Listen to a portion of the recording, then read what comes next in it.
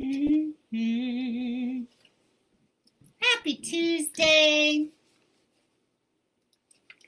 I am popping on here. I've been at my mom got a hip replacement. So I was in the hospital with her for the last couple of days, just hanging out with her, making sure she's got everything she needs.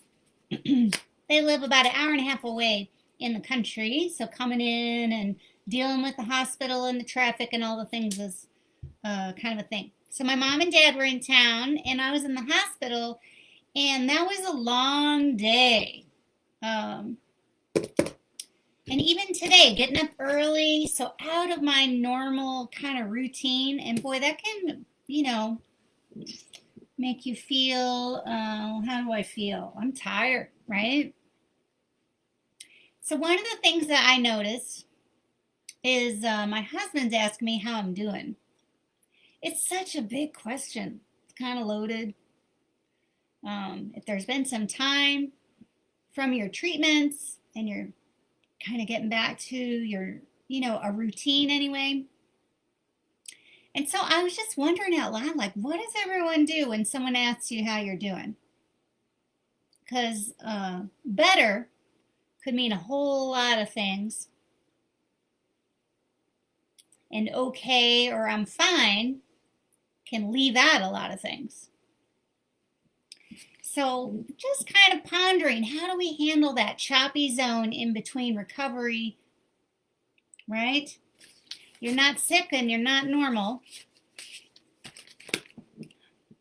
So I feel like I have to explain myself all the time. I know this is not necessarily the case, but that's what shows up for me.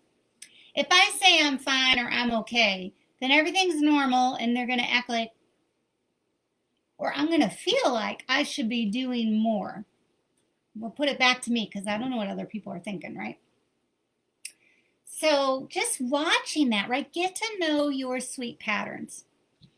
And then I thought, well, what if couple things, right? If we understand, what does the word better mean? Or if I think about what my reply is, or the different replies that could show up as far as how I feel. Not so good, but that doesn't mean I'm awful or bad or in a lot of pain or any of that, right? So how do we get specific that can clarify to our loved ones or your partner or your boss of where you're at, without diminishing all the things that are going on, all the things you aren't doing or haven't been able to do. And yet, I find that I have to go in these extremes and explain the things that are wrong or things that are not normal or the symptoms I'm having when they ask. Like, are you really asking? Right? And most often I hear from women is that they just go to that clean answer of fine. I'm okay. I'm fine. Everything's good, right? Moving along. I don't want to hash it all out and talk about it. I'm trying to be in the healing zone where I feel great, life is good. I'm trying to be in this zone. But if I have to clarify symptoms or where I'm at all the time, it keeps putting that in my attention. And yet, if I ignore it and just say I'm fine, everything's okay, we're diminishing those parts of ourselves that need a little extra attention, that need a little more space. So, first off, maybe look at that. I'm kind of thinking out loud, right? So if we look at better or some of those feedback, what does that mean? And getting okay with that. Who you're talking to is going to change all that, right? It'll depend on who you're talking to. And of course, depending on the day and how you're feeling. Even the week, right? If it was a hard week, it's going to be, that's your weekend. Then you get to soak up your weekend and do whatever or not anything, whatever shows up for you, right? So what does better or what are those kind of responses that show up for you? And what do they mean? Like I'm going to look at this weekend. I seem to have like a okay, fine, brush off kind of answer. And then the other one where I got to go into these big details and explain how, whatever, all the problems and all the things. So that I'm not sure if that's, again, too explain, or to, even just for my own sake, explain or have this thing like, this is why I'm not doing all the things, or why I'm not all smiley and perky and faking and doing whatever, right? So I have to clarify how I'm feeling. Could be totally made up, right? Just something that comes up for me. What comes up for you? Then, so if we look at that, like, what are those responses and what are we trying to cover up? Or it doesn't have to be a cover up or whatever. Like, how are we processing and sharing information with those around us? And then what are we making that mean? I know I don't want to do it anymore, but I'm not quite sure how to change it. So I'm going to think about it, right? I'm going to think about, we use the spoons, right? It's a great way to talk about your loved ones with how you're feeling. I am out of spoons, right? That's a great way to be like, done over cozy pants and I'm watching TV or whatever. I'm going to read this book. Yep. Shutting down a little bit. Going to bed early, whatever it is for you. Getting in the tub, right? There's that list of self-care. So the other piece is if we actually talk about maybe our loved ones really asking us what we need. So they're tapping in and saying, what can I do for you? That's a little different. That feels a little different than how are you doing? Anything you need from me today? How can I support you? That is lovely. We could just shift the question in itself. Babe, next time you're checking in, can you just say, what comes through your head when you're checking in? You're checking on me? Want to make sure I'm okay? I wonder if we said it like this. Anything I can do for you today? No, I'm good. That feels solid. That feels where I am good. But if you ask me how I'm doing, right, then I got all this stuff that I want to share or not share or cover or, take that ride down that road. I don't want to do it every day. So we can change that question. How you doing? As in, what can I do for you today? Anything you need? So we can ponder that. What question would you like to be asked when someone's checking in with you? And then notice your responses. Do you have a standby that you go to? And then what is that covering up? As in, just a little insight in how you work and how you're processing and how you're feeling, what shows up for you. I'm still thinking about it, right? We could journal about that or whatever, or comment in the post so we can ponder and share and learn from each other. All right. So we got that better word. I'm better. I'm feeling better, or I'm good. We're going to shift that question even, right, to come up with an answer that feels really from our heart and authentic. The other piece is boundaries. That shows up for that, I think.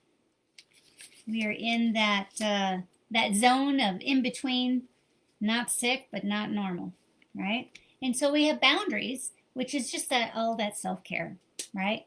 Are you going to go out and go to all the family reunion thing and whatever? If you feel like it. And if you don't, the obligation stuff, you get to kind of check in with that stuff. Maybe you don't have to go to the grocery store for that one item. You can make do without it, or that person in your family can make do without it, or they can go get it, right? All the ways that we create boundaries and take care of ourselves. And finding that place where we don't have to explain them so much. And again, if we do explain them to someone we love, you got the spoon theory, which I'll put the link to that blog in the comments. It's a good one. And so we can always use the spoons and kind of explain to ourselves as well as those around us what we're up for. And then we don't even have to explain it if we don't want to. Like, I'm not going to Aunt Carol's house. I'll give her a call or send her a text or a little card or something, right? Take it off the plate. And then for our own peace of mind, we got boundaries, right? Shore up on those. And then we go to this thought of just ebb and flow. A little ebb and flow. And your symptoms, your energy levels, all of that are going to come and go. We're going to have better days or harder days, right? And so ebb and flow. So that can be a way of describing that. I'm having an ebb kind of day, or man, I am flowing. I'm in the zone, right? I got I got some spoons left. What should we do? Let's go do something, right? But noticing that ebb and flow. So say I was with my mom for 2 days, and so I'm going to take it easy this week, right? Just going to go through my normal routine and stuff. And then if I feel like doing more, I can, but I'm not going to throw it out there that we're going to do all these things this weekend, right? I'm going to fill up my tank with self-care and just, I like a little alone time, just no obligation, nothing to do, just sitting and doing what I want in the moment, whether I want to knit or play guitar or watch TV, or maybe I'll get in the garden, right? But I'm going to just leave this big old blank spot where I get to ad lib and make it up as I go. So looking at better, like when someone asks you those questions, boundaries, ebb and flow, and then again, how to communicate. And in that first kind of idea and concept we talked about, when someone asks you how you're doing, we can even practice with a really good friend so that it comes a little more handy. How are you doing? You know, I'm hanging in there, which feels authentic, right? You know, it's amazing how the body heals and how much time it takes, and also how you get to reevaluate everything about your life, about who you are and what you want to do. And you can also, we don't even have to evaluate anything. You just get to get better and do whatever you're doing. I loved, I'm sorry, I don't remember who made the post, but there was a beautiful post, and a lot of you resonate with this, is just that piece of how there's this pressure to like make life mean all these things because you have breast cancer and you're just trying to do your thing, right? So not that piece, just really personal. What does it mean for you? And then being able to communicate that if you need to, whether it's for your boundary that you're setting, you can communicate that with spoons, or just one single word called no thank you, no, right? Boundaries, noticing that ebb and flow, right? And it doesn't always follow activities and those kinds of things, right? Sometimes just like the weather, clouds are coming in and you can see the clouds coming out. So we can just watch that come in and be a little bit of a meteorologist and like, it's kind of cloudy today. I'm going to lay low, right? We can have all these other ways to describe to our loved ones without going in the big old list of things, or just holding it all in and doing this kind of I'm fine thing, right? Finding different ways of showing up, communicating, taking care of yourself. We got all the spoons we got to talk about, right? I'll put the link to that blog in there. But again, maybe sometime if we're more specific, or different ways to follow up with those questions, to respond to invitations to go do stuff. Hey, you want to go out this weekend? You know, that sounds amazing. I'm going to say no, but I'll let you know if I change my mind, because I just might, if that works for you. And if not, we'll schedule something another time. Or maybe lunch. I know if I have a day off and then there's a free day after that, right? Pretty good chance I'm going to feel great on that second day. So you can schedule those kinds of things, right? You got a little spontaneity, and you also can schedule with those bigger pockets so that you have the space to feel good. Doing more activity might require a little more rest in this healing phase, and a little more self-care. So giving you permission for all the self-care, for all the no's that might be there, as well as really finding that place within yourself that feels authentic. And we don't have to tell everyone and their mother and have this authenticity with the cashier at the grocery store, but with our loved ones, right? When they ask a question, if it doesn't land right, or the interaction doesn't feel good, it's not supporting your mindset or how you feel, it might be even a way to rephrase the question. So we can look at how we answer, but we can also look at the question and maybe request that they, a good way to tap in would be this question, or this, how can I help you out today? Is there anything you might need while I'm at the store, right? Stuff like that. So we can look at that and we can ask those around us for what we need and what we want, which could even be how to check in. Those waters and navigating that space in between recovery and not sick but not normal, it can be tricky. So all of these tools that you're learning here, we get to learn more about yourself and where you're at and how to check in yourself with yourself, right? A little inventory of how you're feeling, and that can kind of let you know and set up for those responses. So I know if I wake up and I go, okay, this day feels a little full, if someone asks me to do something later in the day, I am ready for it. I'm like, you know what? I am taking a little space this week, but next week it might be a really great time to connect and hang out. So you get a little inventory. You're not caught off guard and have an automated yes, maybe if you have a lot of yeses there. And so that you can change your mind or you can add it or take it away, right? Ebb and flow. And so knowing yourself, knowing where you're at, and being able to find the words to speak your truth, to feel authentic, to create space without having to hash out everything, right? Managing that space,